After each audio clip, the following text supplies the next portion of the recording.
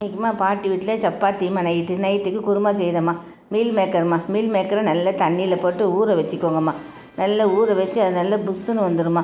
புஷ்ஷுன்னு வந்ததுக்கப்புறம் அதை நல்லா புழிஞ்சி எடுத்து வச்சுக்கோங்கம்மா. நல்லா புழிஞ்சி எடுத்து வச்சு நறுக்கி வச்சுக்கோங்கம்மா. பொடிசாக நறுக்கி எடுத்து வச்சுக்கோங்க.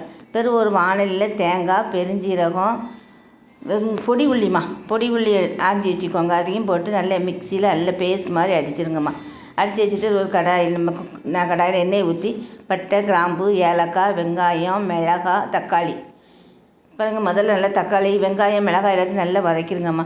நல்லா வதக்கின பிறகு தக்காளியை போடுங்கம்மா. தக்காளியை போட்டு நல்லா வதக்குன்னு வதக்கிடுங்கம்மா. நல்லா இங்கே பாருங்கள் ஒன்று போல் சேர்ந்ததுக்கப்புறம் இஞ்சி பூண்டு பேஸ்ட்டு போடணும்மா. இஞ்சி பூண்டு பேஸ்ட்டு போட்டு அதையும் நல்லா கிளறிடுங்கம்மா.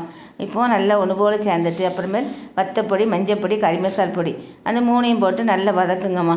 நல்லா வதக்கியாச்சு. வதக்கினதுக்கப்புறம் நறுக்கி வச்சுருக்க மீல் மேக்கரை போட்டு அதையும் போட்டு நல்லா கிளறிடுங்கம்மா. நல்லா ஒன்று போல் கிளறுங்க. நல்ல மட்டன் மாதிரி இருக்கும்மா. மல்லித்தலை போட்டுக்கோங்கம்மா. மல்லித்தலையும் போட்டு நல்லா கிளறி வச்சுருங்க. பிறகு அரைச்சி வச்சுருக்க தேங்காயை ஊற்றுங்கம்மா. நல்ல தேங்காயை ஊற்றி நல்லா கிளறிட்டு அதுக்கு தேவையான அளவு தண்ணி, அது முங்க அளவுக்கு தேவையான அளவு தண்ணியை ஊற்றி வச்சுருங்கம்மா. தண்ணியை ஊற்றி நல்லா கிளறி குக்கர் வச்சு மூடி எடுத்துருங்கம்மா. மூடி எடுத்து பாருங்கள் நல்லா வெந்துட்டுமா. எல்லாம் ஒன்று போல் நல்லா வெந்துட்டு நல்லா இறக்கும்போது கஸ்தூரி மேத்து போட்டு இறக்கி விட்ருங்கம்மா. கஸ்தூரி மேத்து லேசாக தூக்கிக்கோங்கம்மா. பாருங்கள் இப்போது மீல் மேக்கர் குருமா ரெடி ஆகிட்டுமா. இது சப்பாத்திக்கு சாப்பிட சூப்பராக இருக்குமா.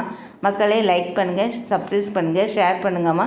வாங்கம்மா சாப்பிட்லான்னு பாருங்கள். நல்ல மட்டன் மாதிரி இருக்கும்மா.